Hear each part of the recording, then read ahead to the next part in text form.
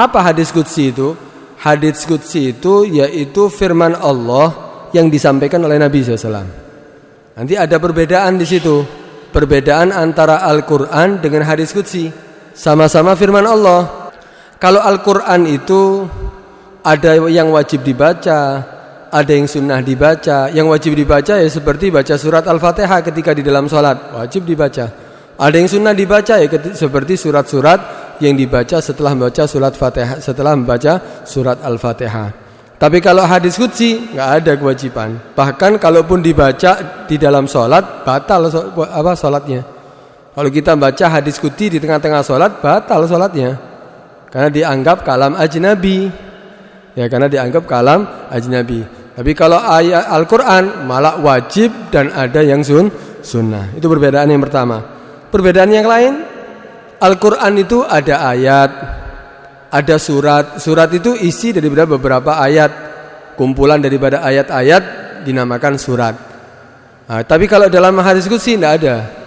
Tidak ada surat, tidak ada ayat. Ya hadis sebagaimana Nabi ketika berbicara, tapi dia menghikayatkan dari Tuhannya Allah Subhanahu wa ta'ala. Kemudian perbedaan lain daripada hadis qudsi, kalau Al-Quran itu bedanya dengan hadis qudsi. Kalau Al-Quran haram dibaca oleh orang yang junub, perempuan yang haid, perempuan yang keluar darah nifas. Tapi kalau untuk hadis qudsi nggak apa-apa dibaca walaupun dalam keadaan junub, walaupun dalam keadaan perempuan haid ataupun keluar darah nifas, bukan sebagaimana Al-Quran. Nggak apa-apa dibaca dan tidak haram, tidak dosa ketika membacanya. Juga apa perbedaannya? Al-Quran itu kalau dibawa oleh orang yang tidak punya wudu, atau dipegang oleh orang yang tidak punya wudu, ataupun orang yang junub, ataupun haid nufasa, hukumnya apa? Haram, sebagaimana kita ketahui pembahasannya ya beberapa pertemuan sebelumnya. Karena itu apa?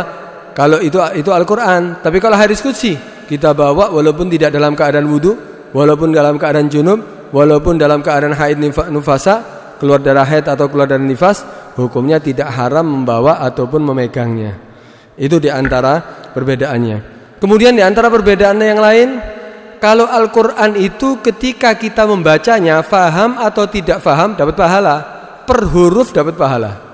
Bahkan satu huruf dilipat gandakan kebaikannya 10 kebaikan. Ya, man qara alif lam mim, ya, barang siapa yang membaca alif lam mim maka dia akan mendapatkan satu daripada pahala. Barang siapa membaca Al-Quran per hurufnya Allah akan melipatkan dengan 10 kali lipat. La aqulu alif lam mim harf. Bukan alif lam mim itu satu huruf, tapi alif harf, lam harf, mim harf.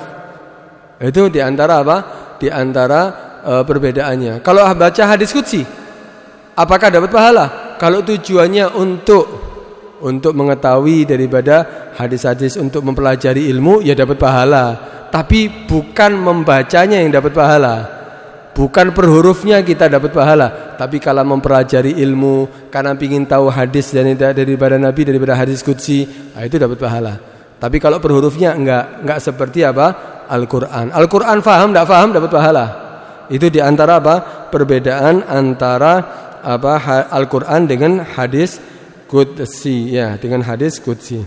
Kemudian kalau Al-Quran itu bedanya dengan hadis qudsi, Al-Quran itu firman-firman Allah yang mana ya lafaz dan maknanya dari Allah Subhanahu wa taala. Lafaz dan maknanya dari Allah Subhanahu wa taala. Tapi kalau hadis qudsi makna dari Allah, lafaznya dari Nabi sallallahu alaihi wasallam.